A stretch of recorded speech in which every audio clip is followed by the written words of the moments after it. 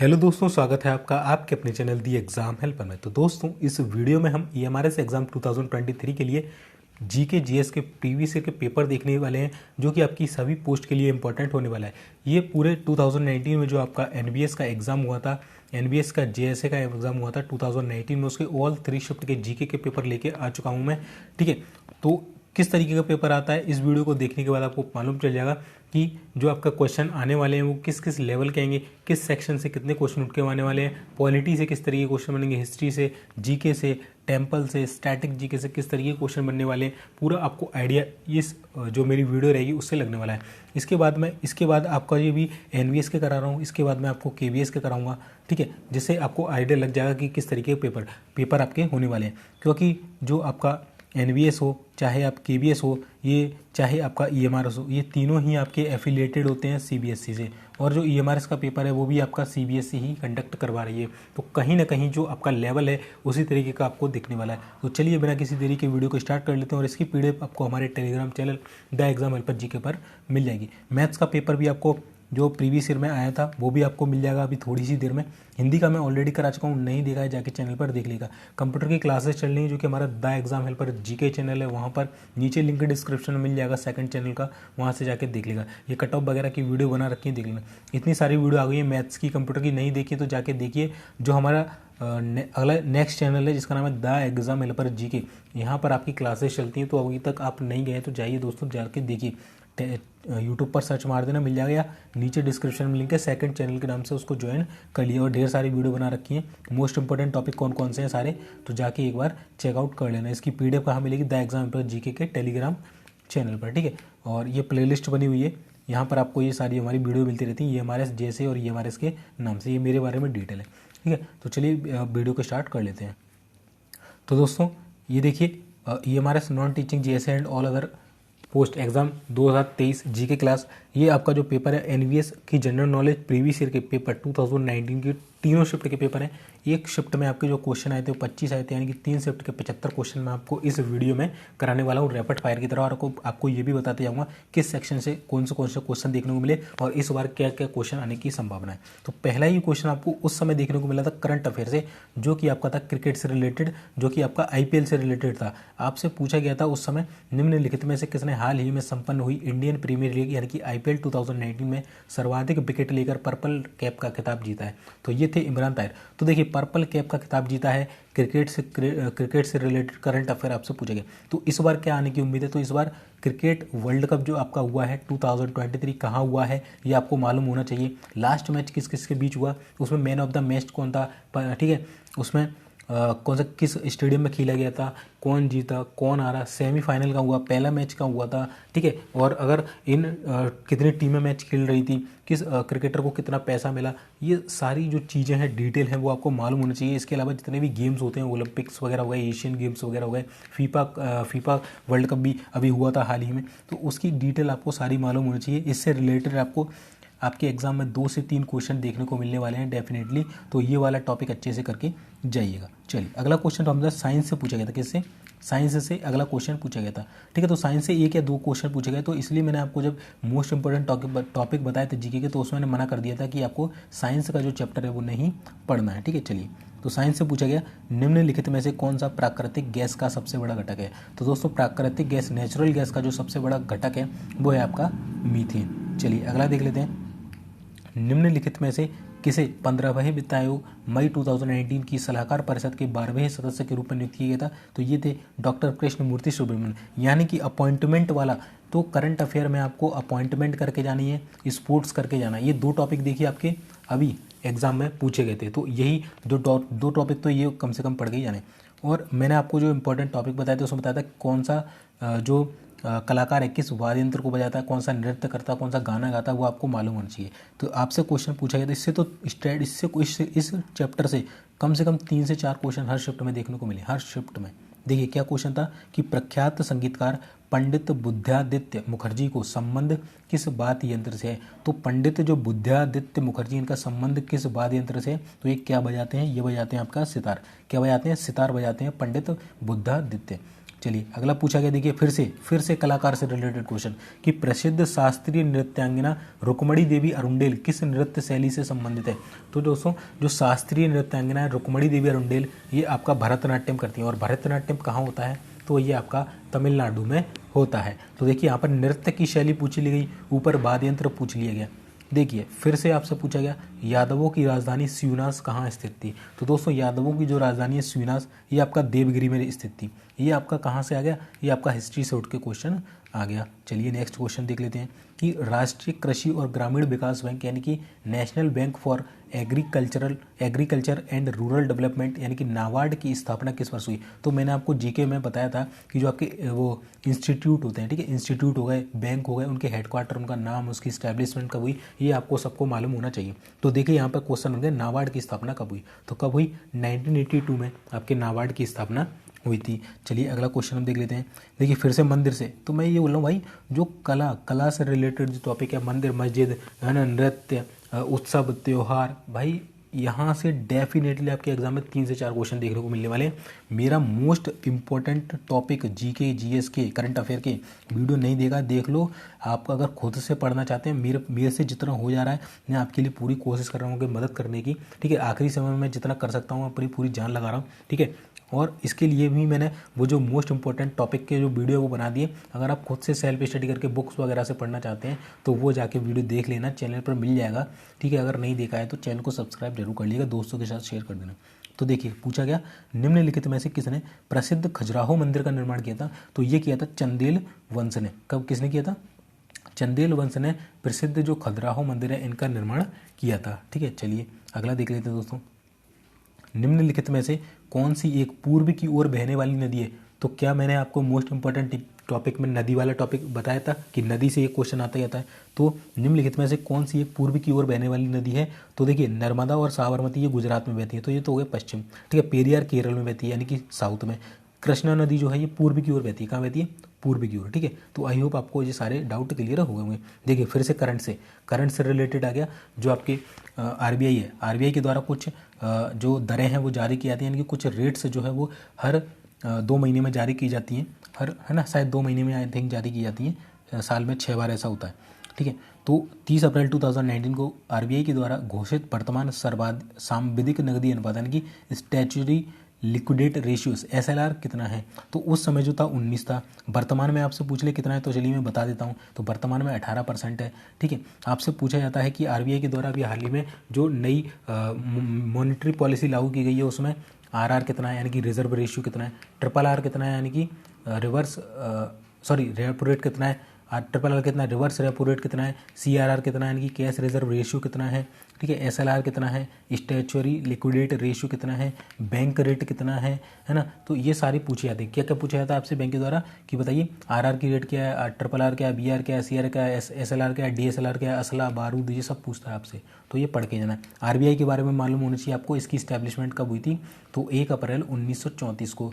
कब हुई थी भाई साहब, 1 अप्रैल 1934 को इसकी स्टैब्लिशमेंट हुई थी। मुंबई में इसका हेडक्वार्टर हो जाएगा, ठीक है। चलिए तो आपको ये चीज़ें याद रहनी चाहिए। फिर बोल रहा हूँ अगला मोस्ट इंपोर्टेंट क्वेश्चन ज्योग्राफी से आगे लो, ज्योग्राफी से, ठीक है। बंदरगाह मैंने टॉपिक बताया था, बंदरगाह।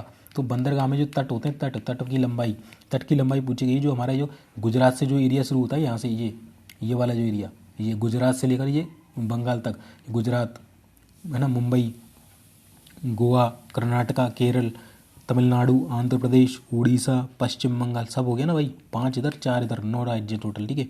तो इन द्वीप क्षेत्रों को मिलाकर, यानी यहाँ पर लक्षद्वीप पड़ता है आपका, यहाँ अंडमान निकोबार पड़ जाता है।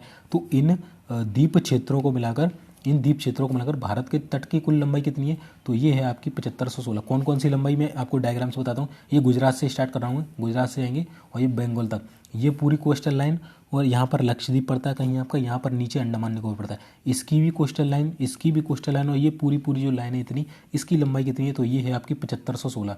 और अगर आपसे पूछ ले कि केवल मुख्य भूमि की, इसमें ये शामिल नहीं होगा, ये शामिल होगा, इसकी कितनी है, तो इसकी होती है 6100, ठीक है, 6100 किलोमीटर। और अगर पूरी पूछ ले तो 7516 एग्जैक्ट होती है 7516.6 किलोमीटर, ठीक है। चलिए तो ये ज्योग्राफी से रिलेटेड था। अगला भी ज्योग्राफी से रिलेटेड क्वेश्चन आ गया कि निम्नलिखित में से कौन से महाद्वीप में अधिकतम देश हैं। तो कौन सा महाद्वीप है जिसमें सबसे अधिक देश मौजूद हैं, तो वो है आपका अफ्रीका महाद्वीप, इसमें सबसे ज़्यादा देश मौजूद हैं। ठीक है, जनसंख्या किस महाद्वीप की है, एशिया महाद्वीप की सबसे ज़्यादा। चलिए अगला देख लेते हैं, निम्नलिखित में से भारत की सबसे पुरानी आईआईटी यानी भारतीय प्रौद्योगिकी संस्थान कौन सा है। तो ये फिर इंस्टीट्यूट से आ गया आपका, ठीक है, प्रमुख जो संस्थान होते हैं उससे। तो कौन सी सबसे पुरानी आईआईटी, खड़गपुर आपकी पुरानी हो जाएगी।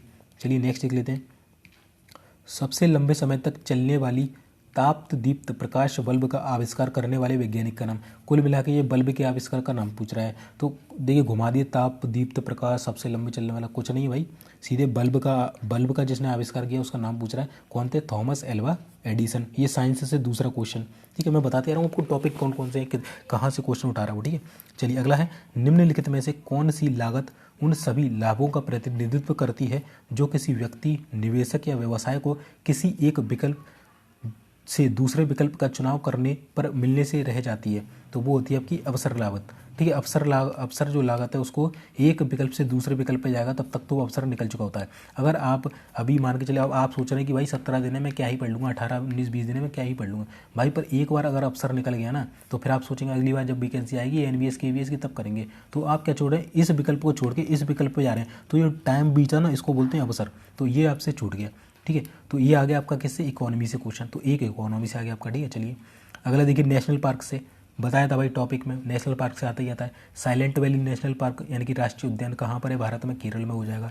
चलिए अगला देख लेते हैं, देखिए फिर से नदी का आ गया कि श्रीशैलम जल विद्युत ऊर्जा संयंत्र है ना। तो श्रीशैलम जल विद्युत ऊर्जा जो संयंत्र है वो किस नदी पर बना है, तो ये कृष्णा नदी पर बना है। कहाँ पर बना है भाई, आंध्र प्रदेश में बना है। कहाँ पर बना है, आंध्र प्रदेश में बना हुआ है। चलिए अगला देख लेते हैं, वित्त वर्ष 2018-19 के दौरान वस्तु और सेवा कर यानी कि जीएसटी कितना संग्रहित किया गया, तो 11.77 लाख करोड़। ये उस समय था, वर्तमान को आपको मालूम हो चाहिए कि वर्तमान में जीएसटी कलेक्शन कितना है, 2022 और 23 का कितना जीएसटी कलेक्शन है, क्योंकि ये करंट से रिलेटेड है। तो करंट से टोटल 3 से 4 क्वेश्चन अब तक हो चुके हैं।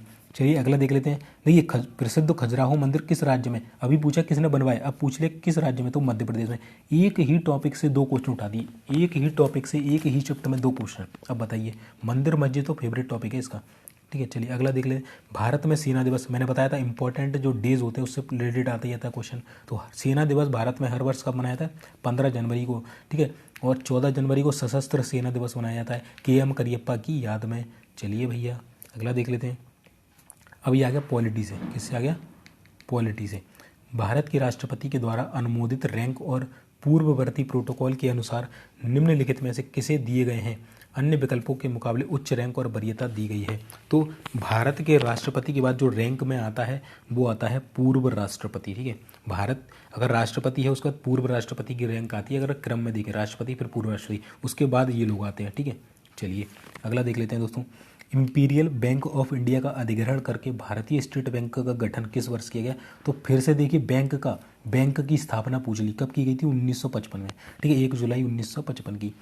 चलिए न्यूट्रॉन की खोज किसने की, साइंस, तीसरा क्वेश्चन साइंस है।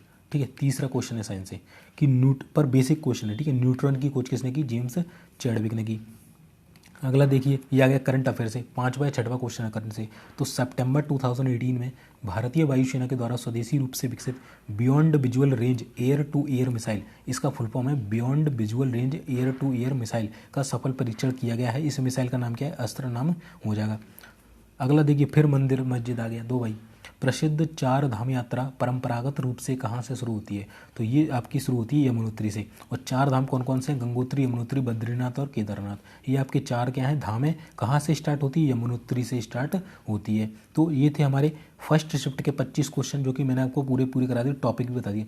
चलिए अब हम अगले जो यहाँ से सेकंड शिफ्ट आपकी स्टार्ट होती है यहाँ से। ठीक है, तो 26वां है कि अप्रैल 2019 फिर से करंट अफेयर का क्वेश्चन आ गया। ये मोस्ट इंपॉर्टेंट है भाई, मोस्ट इंपॉर्टेंट, क्योंकि अभी वर्तमान में क्या चल रहे हैं, चुनाव 2024 में क्या आने वाले हैं, चुनाव। तो ये क्वेश्चन बनता है भाई, ये क्वेश्चन डेफिनेटली बनेगा कि अप्रैल 2019 में भारतीय चुनाव आयोग ने आदर्श आचार संहिता लागू होने के दौरान किसी भी व्यापक प्रचार सामग्री को प्रदर्शित या प्रचारित करने पर रोक लगाने के लिए भारतीय संविधान के किस अनुच्छेद के तहत शक्तियों का प्रयोग किया। तो जो भारतीय निर्वाचन आयोग जो आपका आता है, भारतीय चुनाव आयोग, ये आता है अनुच्छेद 324 के अंतर्गत। तो अनुच्छेद 324 आर्टिकल 324 बोलता है कि भारत में एक चुनाव आयोग होगा, ठीक है। और आपसे पूछ ले कि जो आदर्श आचार संहिता लगती है, यानी कि जो विज्ञापन पर प्रचार प्रसार पर रोक लगती है, ये चुनाव के कितने समय पहले रुकती है, तो ये 48 घंटे पहले, यानी कि 2 दिन पहले जितना भी चुनाव प्रसार होता है वो उसको समाप्त कर दिया जाता है, रोक दिया जाता है, ठीक है। चलिए अगला देख लेते हैं दोस्तों। देखिए अब अगर नृत्य ये आ गया उत्सव से, उत्सव त्यौहार से, याओ शांग उत्सव किस राज्य में मनाया जाता है, तो याओ शांग जो उत्सव है दोस्तों ये मणिपुर में मनाया जाता है। अगला देखिए भाई, लो ये आ गया इंस्टीट्यूट, आ गया फिर से नेशनल डिफेंस कॉलेज, यानी राष्ट्रीय रक्षा महाविद्यालय कहाँ पर है, राष्ट्रीय रक्षा नेशनल डिफेंस कॉलेज नई दिल्ली में हो जाएगा। चलिए भैया, है ना। इसके अलावा आपको मालूम हो चाहिए नई दिल्ली के मुख्यमंत्री कौन है, गवर्नर कौन है, मणिपुर के मुख्यमंत्री गवर्नर, ये आपको मालूम चाहिए, इसकी कैपिटल क्या होती है, ठीक है, ये आपको सबको मालूम होना चाहिए। अगला क्वेश्चन देख लेते हैं, फिर से पॉलिटी से आ गया। भारत में सभी वयस्कों को वे चाहे जिस धर्म, शिक्षा, जाति से संबंधित हो, चाहे वो धनी हो या निर्धन हो, उन्हें मतदान करने की अनुमति है। इसे कहा जाता है, तो इसे कहा जाता है सार्वभौमिक वयस्क मताधिकार, है ना। तो चाहे कोई भी धर्म, जाति, किसी भी अमीर गरीब कोई भी हो, इस जो चुनाव कर सकता है, वो जो मतलब मतदान कर सकता है, वो होता है सार्वभौमिक वयस्क मताधिकार, यूनिवर्सल, ठीक है, यूनिवर्सल बोलते हैं इसको। चलिए अगला देख ले, अंतर्राष्ट्रीय ओलंपिक समिति, गेम से आगे, लो गेम्स से करंट अफेयर आ गया ओलंपिक से आगे क्वेश्चन, ठीक है, तो देख लीजिए। तो अंतर्राष्ट्रीय ओलंपिक समिति ने जून 2019 में अपनी 125वीं वर्षगांठ के अवसर पर डैश नए मुख्यालय का उद्घाटन किया। कहाँ पर किया, स्विट्जरलैंड में, स्विट्जरलैंड में कहाँ, लुसाने स्विट्जरलैंड में। तो मैं फिर बोल रहा हूँ, गेम हो गया, उसके हेडक्वार्टर होगा, ये आना ही आना भाई, क्वेश्चन मिलना ही मिलना है आपको। चलिए, बिज्जल राज्य अब कर्नाटक का मुख्यमंत्री कौन था, ठीक है, पहले बिज्जल राज्य बोला जाता, अब वर्तमान में कर्नाटक। तो पूछ ले कि बताइए कर्नाटक का पुराना नाम क्या था, तो था बिज्जल राज्य, क्या था, बिज्जल राज्य बोला जाता था कर्नाटक को। का मुख्यमंत्री कौन था जिन्होंने कर्मकांड वाली पूजा और वेदों की पूर्व प्रतिष्ठा को अस्वीकृत करते हुए वीर शैव लिंगायत संप्रदाय की स्थापना की थी। तो ये फिर से मंदिर मस्जिद वाला टॉपिक हो गया भाई, ठीक है, मंदिर मस्जिद वाला फिर से टॉपिक, ठीक है। कर्नाटक का पुराना नाम बिज्जल राव, ठीक है। यहाँ के मुख्यमंत्री कौन थे उस समय जिन्होंने, है ना, कर्मकांड वाली पूजा, वेदों की पूर्व प्रतिष्ठा को अस्वीकृति करते हुए वीर शैव लिंगायत संप्रदाय की स्थापना की थी। तो ये थे आपके वासवन्ना, कौन थे, वासवन्ना थे ये, ठीक है। चलिए अगला देख लेते हैं दोस्तों। अगला है दोस्तों, मार्च 2019 में गोवा के नए मुख्यमंत्री कौन बने। तो दोस्तों मार्च 2019 में जो गोवा के नए मुख्यमंत्री बने थे वो बने थे प्रमोद सावंत। तो अभी लेटेस्ट जो मुख्यमंत्री, दोस्तों हमारा अगला प्रश्न है, भारत का कौन सा राज्य सोने का सबसे अधिक उत्पादन करता है, तो ये है आपका कर्नाटक। तो भारत का कर्नाटक राज्य सोने का सबसे अधिक उत्पादन करता है। What state of matter is rubber band, तो रबर बैंड किस स्थिति में पाया जाता है, तो ये पाया जाता है आपका सॉलिड, ठीक है, सॉलिड स्थिति में। यह आ गया आपका साइंस से क्वेश्चन, ठीक है। यूनिसेफ इंडिया के प्रथम यूथ एम्बेसडर, युवा राजदूत के रूप में किसे नियुक्त किया, तो ये अपॉइंटमेंट से आ गया। तो भाई करंट अफेयर में अपॉइंटमेंट जरूर करके आना, इसका आंसर हो जाएगा हिमा दास, ये उस समय का है, ठीक है। चलिए अगला है दोस्तों, ये आ गया पॉलिटी से, कि निम्न में से किस अधिनियम ने ईसाई मिशनरियों को भारत में अपने धर्म का प्रचार प्रसार करने की सुविधा दी थी। तो किस अधिनियम ने ईसाई मिशनरियों को भारत में अपने धर्म का प्रचार प्रसार करने की सुविधा दी थी, तो ये था 1813 का चार्टर एक्ट। चलिए अगला देखिए, फिर से गेम से और करंट से आ गया। लो भाई गेम करंट तो चलना ही चलना है। जून 2019 में किस देश की महिला हॉकी टीम ने जापान को 3-1 से हराकर FIS सीरीज के फाइनल में जीत हासिल की, तो वो था भारत। ये उस समय का करंट अफेयर है, इसलिए मैं इसको ज़्यादा ध्यान में नहीं दे रहा हूँ, बट आपको बता देता हूँ कि करंट अफेयर से कितने क्वेश्चन आते हैं, किस टॉपिक से आते हैं, ठीक है। चलिए काफ़ी इंपॉर्टेंट है, योजना से आ गया। लो भाई योजना बताई थी ना, प्रधानमंत्री की जितनी भी योजना है, तो प्रधानमंत्री मुद्रा योजना के अंतर्गत अधिकतम कितनी धनराशि का ऋण दिया जाता है, तो ये दिया था 10 लाख का। इसमें 3 तरीके के ऋण दिए जाते हैं। स्टार्ट कब हुई थी बता देता हूँ, तो अप्रैल 2015 में, ठीक है, 8 अप्रैल, एग्जैक्ट डेट है 8 अप्रैल 2015 को स्टार्ट हुई। 3 तरीके के लोन दिए जाते हैं, शिशु लोन, ठीक है, किशोर लोन, और तीसरा है तरुण लोन, ठीक है। जो आपका तरुण लोन है उसमें मैक्सिमम जो लिमिट है वो 5 से लेकर 10 लाख है, कितनी, 5 से 10। किशोर में कितनी है, 50,000 से 5 लाख, ठीक है। और इसमें कितनी है, शिशु में 50,000 तक, ठीक है। तो इसमें 50,000 तक, इसमें 50 से 5, इसमें 5 से 10, ये 3 तरीके के लोन दिए जाते हैं। ध्यान रखना 8 अप्रैल 2015 को स्टार्ट किया गया था। चलिए वायुमंडल की किस परत में लगभग सभी बादल पाए जाते हैं, तो वायुमंडल की जो सबसे निचली परत होती है क्षोभ मंडल, उसमें आपके जो बादल हैं वो पाए जाते हैं, यानी कि मौसम संबंधी जितनी भी घटनाएं होती हैं वो क्षोभ मंडल में होती हैं, ध्यान रखना। चलिए निम्न में से किस भारतीय राज्य में लोकसभा निर्वाचन क्षेत्रों की संख्या दूसरी सर्वाधिक है, यानी कि लोकसभा की सीटें किस राज्य में दूसरी सबसे ज़्यादा हैं, तो वो है आपका महाराष्ट्र। इसकी ट्रिक होती है कि चलिए ट्रिक बताता हूँ आपको। उमा बाहर बांग्ला में मिल। तो ये देखिए सबसे ज़्यादा कहाँ पर है, उत्तर प्रदेश में, उसके बाद महाराष्ट्र में, उसके बाद बिहार में, उसके बाद बंगाल में, उसके बाद तमिलनाडु में। ये हो गया इनका क्रम कि लोकसभा सीटों का है ना घटता हुआ क्रम। सबसे ज़्यादा किसकी, यूपी में, फिर महाराष्ट्र में सेकंड पर। चलिए तो यानी कि आपसे पॉलिटी से 2 से 3 क्वेश्चन। फिर से देखिए गेम और करंट मैं पढ़ाऊंगा नहीं, क्योंकि 2019 का टॉपिक बताता हूँ कि गेम से और करंट से क्वेश्चन आता है। पॉलिटी से फिर आगे लो कि भारतीय संविधान के डैश भाग में आपातकाल से संबंधित प्रावधान दिए गए। तो भारतीय संविधान का कौन सा भाग है, मैंने बताया था भाग से इंपॉर्टेंट क्वेश्चन पूछे थे। कौन सा भाग है जिससे आपातकाल से संबंधित प्रावधान है, यानी कि इमरजेंसी से रिलेटेड जो आर्टिकल है वो कौन सा है, कौन सा पार्ट है, सॉरी। तो पार्ट है आपका 18वें नंबर का, 10, 5, 15, 16, 17, 18। तो 18 भाग 18 है ना, भाग 18 जो है ये आपका आपातकाल से यानी कि इमरजेंसी से रिलेटेड है। फिर से भारतीय संविधान से क्वेश्चन, भारतीय संविधान डैश है क्योंकि आंतरिक और बाहरी मामलों में निर्णय लेने का सर्वोपरि अधिकार जनता में निहित है। कोई भी बाहरी शक्ति भारत सरकार को निर्देश नहीं दे सकती है।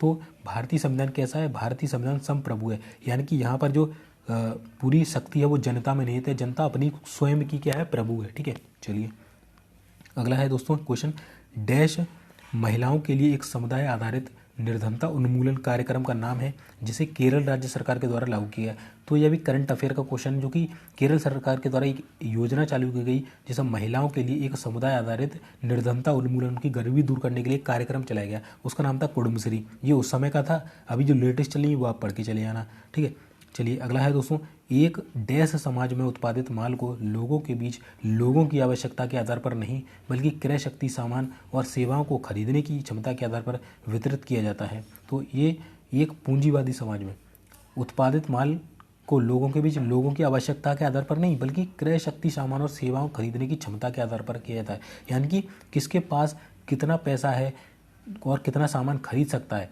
इस समाज को क्या बोलते हैं, इस समाज को बोलते हैं पूंजीवादी। यानी कि सामान इसलिए बनाया जा रहा है क्योंकि अमीर लोग खरीदें, सामान इसलिए नहीं बनाया जा रहा कि गरीब लोग अमीर हों, सामान इसलिए बनाया जा रहा है क्योंकि जिनके पास पैसा है कम से कम वो तो खरीद सकें। ठीक है, गरीबों का तो ध्यान नहीं रखते। ठीक है, चलिए अगला क्वेश्चन हम देख लेते हैं, निम्न में से किसने मई 2019 में फार्मूला 1 स्पेनिश ग्रैंड प्रिक्स जीती। तो फार्मूला 1 रेसेस जितनी भी होती है वो आपको सबको पढ़ के यानी करंट अफेयर से रिलेटेड। ठीक है, चलिए अगला है दोस्तों, करंट अफेयर से आ गया, सूर्य निम्न में से किन गैसों से बना है। तो सूर्य जो होता है आपका हाइड्रोजन और हीलियम से मिलकर बना होता है। चलिए अगला देख लेते हैं। ठीक है, पॉलिटी से आ गया फिर से कि निम्न में से किस अधिनियम ने भारत में ब्रिटिश ईस्ट इंडिया कंपनी का शासन समाप्त कर दिया था और भारत को इंग्लैंड क्राउन के अधीन कर दिया गया था। तो ये था आपका 1858 का भारत सरकार अधिनियम। ठीक है, ईस्ट इंडिया कंपनी समाप्त हो जाती है और भारत में ब्रिटिश का शासन, सॉरी वो इंग्लैंड क्राउन का शासन जो है प्रारंभ हो जाता है।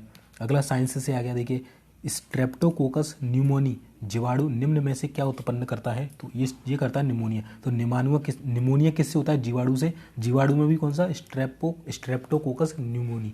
ठीक है, चलिए ये फिर से गेम से देखिए, फिर गेम से आ गया भाई, चीन में आयोजित एशियाई स्नूकर टूर खिताब 2018 किस भारतीय खिलाड़ी ने जीता। तो ये थे पंकज आडवाणी। पंकज आडवाणी इंडिया के नंबर 1 स्नूकर खिलाड़ी हैं। ठीक है, चलिए अगला देख लेते हैं दोस्तों, शहरी और कस्बों में बढ़ते प्रदूषण की समस्या को हल करने के लिए केंद्र सरकार ने कौन सा कार्यक्रम स्टार्ट किया है। तो शहरी और कस्बों में बढ़ते प्रदूषण की समस्या के लिए राष्ट्रीय स्वच्छ वायु कार्यक्रम स्टार्ट किया है। तो फिर से योजना से आ गया। लो भाई, फिर से करंट अफेयर और फिर से स्पोर्ट्स। मैं बोल रहा हूँ भाई इतने क्वेश्चन बनते हैं ना स्पोर्ट्स से और करंट अफेयर से बहुत ज़्यादा। ठीक है, चलिए अगला क्वेश्चन है दोस्तों, पॉलिटी से फिर क्वेश्चन आ गया। ठीक है, ये आपकी थर्ड शिफ्ट चल रही है, कौन सी थर्ड शिफ्ट, 50 से स्टार्ट थी। पंडित जवाहरलाल नेहरू निम्न में से किस समिति के अध्यक्ष नहीं रहे थे। ठीक है, नहीं रहे थे। तो प्रारूप समिति के, इसके अध्यक्ष कौन थे। तो इसके अध्यक्ष थे डॉक्टर बाबा साहब अम्बेडकर। ठीक है, बाकी है ना भीमराव अम्बेडकर। चलिए इन तीनों के तो संघीय शक्ति समिति, राज्य समिति और संघीय संविधान समिति, इसके अध्यक्ष कौन थे। तो जवाहरलाल नेहरू, बट इसके कौन थे, डॉक्टर भीमराव अम्बेडकर। चलिए भारत जो है कच्चे तेल का डैश सबसे बड़ा आयात करता है। तो कौन सा है, तो तीसरा सबसे बड़ा आयात करता है भारत। चलिए निम्न में से किस राज्य का क्षेत्रफल दिए गए अन्य राज्यों की तुलना में बड़ा है। तो मैंने बताया था भारत में बड़ा, छोटा, ऊंचा, लंबा ये सब पूछा था। तो इन अगर चारों में देखें तो गुजरात का क्षेत्रफल अन्य की तुलना में क्या है, बड़ा है। गुजरात का क्षेत्रफल क्या है, अन्य की तुलना में बड़ा है। चलिए सबसे बड़ा किसका, राजस्थान का। ठीक है, उसके बाद एमपी आता है। ठीक है, इस तरीके से चलती चीज़ें। चलिए अगला देख लेते दोस्तों। जब कोई सरकार उत्पादन लागत से कम दर पर अपने नागरिकों को माल और सेवाएं प्रदान करती है और अंतर को वहन करती है तो इसे कहा जाता है। ठीक है, तो उत्पादन से लागत से भी कम में दे रही हैं और जो अंतर हो रहा है उसको वहन कर रही हैं तो उसको बोलते हैं सब्सिडी देना। ठीक है, क्या देती है, सिलेंडर पर जैसे सब्सिडी देती है ना, उसी टाइप का। चलिए, ये भी आपका इकोनॉमी से था। हाल ही में किस राज्य ने स्कूली बस्ते के भार को सीमित करने का निर्णय लिया है? ये लिया है कर्नाटक ने। ये करंट का था उस समय। तो योजना जितनी भी चल रही है, ठीक है, स्कूल से रिलेटेड थी। देखिए, या इस तरीके के क्वेश्चन बनेंगे आपके स्कूल से रिलेटेड। अब समझ में आया आपको किस तरीके से बनेंगे? तो ये था उस समय स्कूल से रिलेटेड कि हाल ही में किस राज्य ने स्कूली बस्ते के भार को सीमित करने का निर्णय लिया? कर्नाटक। तो स्कूल से रिलेटेड कहीं पे वर्ड दिख जाए, स्कूल से, विद्यालय से, कॉलेज से रिलेटेड, तो ध्यान रखना इस तरीके के क्वेश्चन आपसे बन सकते हैं। चलिए अगला है, मनुष्यों के जीवन के लिए किस ग्रह को उपयुक्त स्थल में रूपांतरित करने की प्रक्रिया डैश कहलाती है? तो इसको बोलते हैं टेराफॉर्मिंग। कोई ग्रह है, जैसे मंगल ग्रह है, इसको अगर मनुष्य जीवन के लिए उपयुक्त बनाना है तो इसके लिए हम टेराफॉर्मिंग करते हैं। क्या करते हैं? टेराफॉर्मिंग। ठीक है, ये साइंस का था। अकबर के द्वारा इलाही संबंध कैलेंडर डैश वर्ष में शुरू किया गया? यह आ गया मिडिएवल हिस्ट्री से, है ना, मध्यकालीन भारत। तो अकबर के द्वारा जो इलाही संबंध है ये 1584 में स्टार्ट किया गया था। अगला है दोस्तों साइंस से कि समुद्री जीवों की निम्न प्रजातियों में से जैविक रूप से अमर किसे माना जाता है? तो समुद्री जीवों में जैविक रूप से जो अमर माना जाता है वह माना जाता है जेली फिश को। किसको माना जाता है? जेली फिश को। लो, कंप्यूटर डाल दिया, जीके में कंप्यूटर घुसेड़ दिया। कंप्यूटर और इंटरनेट के क्षेत्र में RSS का क्या रहता है? इंपॉर्टेंट है, पढ़ लेना। क्या होता है? Really simple syndication. Really simple syndication. Really simple syndication क्या होता है? RSS का मतलब, ठीक है, यहाँ से देखते हैं। RSS का मतलब क्या होता है? Really simple syndication. ठीक है, चलिए देखिए, फिर से इंस्टीट्यूट का मुख्यालय पूछ लिया। एक इंस्टीट्यूट है वर्ल्ड फूड प्रोग्राम, WF, विश्व खाद्य कार्यक्रम, वर्ल्ड फूड प्रोग्राम। इसका हेडक्वार्टर कहाँ है भाई? रोम, इटली में। ठीक है, चलिए लो भैया आ जाओ। भारत में वन संरक्षण अधिनियम एक्ट कब लागू किया गया था? तो भारत में वन संरक्षण अधिनियम 1980 में लागू किया गया था। कब किया था? वन संरक्षण अधिनियम 1980 में। ठीक है, चलिए अगला देख लेते हैं दोस्तों। उस विकल्प का चयन करें जिसमें कला स्वरूप का उसकी आकृति से सही मिलान किया गया। यानी कि किस राज्य की कौन सी कला है, ये आपसे पूछा गया। तो मधुबनी कहाँ की है? बिहार की है। ठीक है, कलमकारी मुझे पता नहीं, शायद है ना, ये पता नहीं, फड़ भी नहीं पता मुझे। बरली पता थी महाराष्ट्र की, और मुझे मधुबनी, दो टॉपिक पता थे। तो मधुबनी तो बिहार की है, पर बरली कहाँ की? महाराष्ट्र की। तो ये आपका सही आंसर हो जाएगा। ठीक है, चलिए धनुर्वेद डैश से संबंधित है? तो धनुर्वेद है ना, प्राचीन भारत में थे। तो ये किससे संबंधित है? तीरंदाजी यानी कि हथियार से संबंधित थे। अगला देखिए, पॉलिटी से आ गया। देश का राष्ट्रपति बनने के लिए भारतीय नागरिक के लिए न्यूनतम आयु क्या होती है? तो 35 वर्ष होती है भैया। चलिए, which of the following is defined as the process of killing disease and producing micro organism in food items by heat? तो इसको क्या बोलते हैं? यानी कि हीट के द्वारा, जैसे दूध होता है, दूध आप उबाल दें तो उसमें हीट देते हैं, नीचे से हीट देते हैं, तो वो क्या करता है, दूध में जितने भी बैक्टीरिया होते हैं या माइक्रो ऑर्गेनिज्म होते हैं वो मर जाते हैं। तो इस चीज़ को क्या बोलते हैं? पास्चुराइजेशन। जो आप पैकेटों में बंद दूध पीते हैं, जो अमूल की थैली आप पीते हैं, तो इसको हाई टेम्परेचर पर गर्म किया जाता है, इससे इसके अंदर के जो बैक्टीरिया वो मर जाते हैं, जिससे ये दूध जो है वे लंबे समय तक ताज़ा रहता है। तो इस क्रिया को बोलते हैं पास्चुराइजेशन। ठीक है, चलिए अगला है दोस्तों, भारत में राशन प्रणाली का आरंभ बंगाल के अकाल के दौरान डैश से शुरू किया गया था? तो भारत में राशन कब से बंटना स्टार्ट हुआ था? बंगाल के अकाल के दौरान। कब से? 1940 के दशक से। चलिए अगला क्वेश्चन है, थर्मस फ्लास्क की दीवारों के बीच ऊष्मा के एक कुचालक डैश का होना फ्लास्क के अंदर तरल के तापमान को यथावत बनाए रखता है? तो निर्वात। तो थर्मस की फ्लास्क, जो आपका थर्मस होता है, जो आजकल की बोतलें आती हैं मिल्टन वगैरह की, उसमें क्या होता है, बोतल होती है। पहली बात तो देखिए, बोतल होगी ऐसे करके, ठीक है, ये बोतल होती है, इसके बीच एक परत और होगी इस तरीके की ऊपर परत होती है, इस तरीके की ढक्कन होता है। तो ये जो जगह छूटती है ना, यहाँ वो क्या होता है? निर्वात। यानी कि यहाँ पर हवा भी नहीं होती, ये बिल्कुल खाली होता है, यहाँ पर हवा भी नहीं होती। तो इससे क्या होता है, यहाँ हीट जमा हो जाती है। जब इसकी रेडिएशन निकलती है तो यहाँ हीट जमा हो जाती है, ठंडा निकलेगा तो ठंडा, गर्म निकले गर्म। तो ये इसको लंबे समय तक क्या है, गर्म बनाए रखती है। ये हो गया आपका साइंस का क्वेश्चन। ठीक है, तो क्या होता है उसके बीच? निर्वात। IPL से आ गया, नहीं पढ़ूंगा क्योंकि करंट अफेयर का था, बट ये बता दूंगा कि कौन सा क्वेश्चन था स्पोर्ट से। लो भाई, मैंने बताया था किस देश की क्या मुद्रा है, राजधानी है, राष्ट्रपति कौन है, तो वो आगा। जलोटी किस देश की मुद्रा है? तो पोलैंड की। पोलैंड की जो क्या मुद्रा क्या है, करेंसी क्या है? जलोटी। चलिए अगला देख लीजिए भैया, वो है तीसरा देश कौन सा है जिसने चंद्रमा पर अपना रोवर सफलतापूर्वक उतारा है? तो वो है चाइना। ठीक है, तो तीसरा देश कौन सा है जिसने चंद्रमा पर अपना रोवर सफलतापूर्वक उतारा? वो है चाइना। ठीक है। अभी मंगलयान गया, वो चंद्रयान 3 गया था ना, तो इसके बारे में डिटेल से पढ़ के जाना, पूछा जाएगा। और दोस्तों ये जो आपको मैं तीसरी शिफ्ट करा रहा हूँ, ये मेरी खुद की शिफ्ट है। 2019 में मेरा थर्ड शिफ्ट में एग्ज़ाम था, और ये थर्ड शिफ्ट जो थी अब तक की सब उस समय की first shift, second, third shift second इससे हार्ड थी, बट थर्ड जो थी इन दोनों से ही हार्ड थी। और मेरा थर्ड शिफ्ट में था, मेरे नॉर्मलाइजेशन में 10 नंबर तक बढ़ गए थे। ठीक है, तो थर्ड शिफ्ट उस समय सबसे हार्ड आई थी, और मेरा पेपर जो था वो थर्ड शिफ्ट में था। ये मैं अपना पेपर करा रहा हूँ आपको। कौन सा महाकाव्य विश्व का सबसे बड़ा महाकाव्य माना जाता है? तो महाभारत विश्व का सबसे बड़ा महाकाव्य, ध्यान रखना। बलुआ पत्थर से बनी सबसे लंबी गुफा क्रैमपुरी किससे बनी है? पहली बात तो बलुआ पत्थर से बनी है। सबसे लंबी गुफा है, किसका नाम है? क्रैमपुरी। कहाँ स्थित है? तो ये मेघालय राज्य में स्थित हो जाएगी।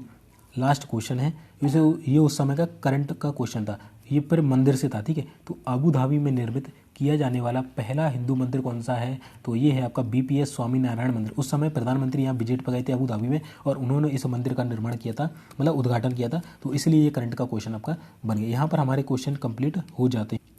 तो दोस्तों क्लास कैसी लगी आपको कमेंट करके बताना, और इसकी पीडीएफ हमारे जो टेलीग्राम चैनल है द एग्जाम हेल्पर जीके, वहाँ पर आपको मिल जाएगी, है ना। तो जाके इसको देख लेना। चैनल को सब्सक्राइब नहीं किया है तो सब्सक्राइब जरूर कर देना। मिलते हैं फिर नेक्स्ट वीडियो में।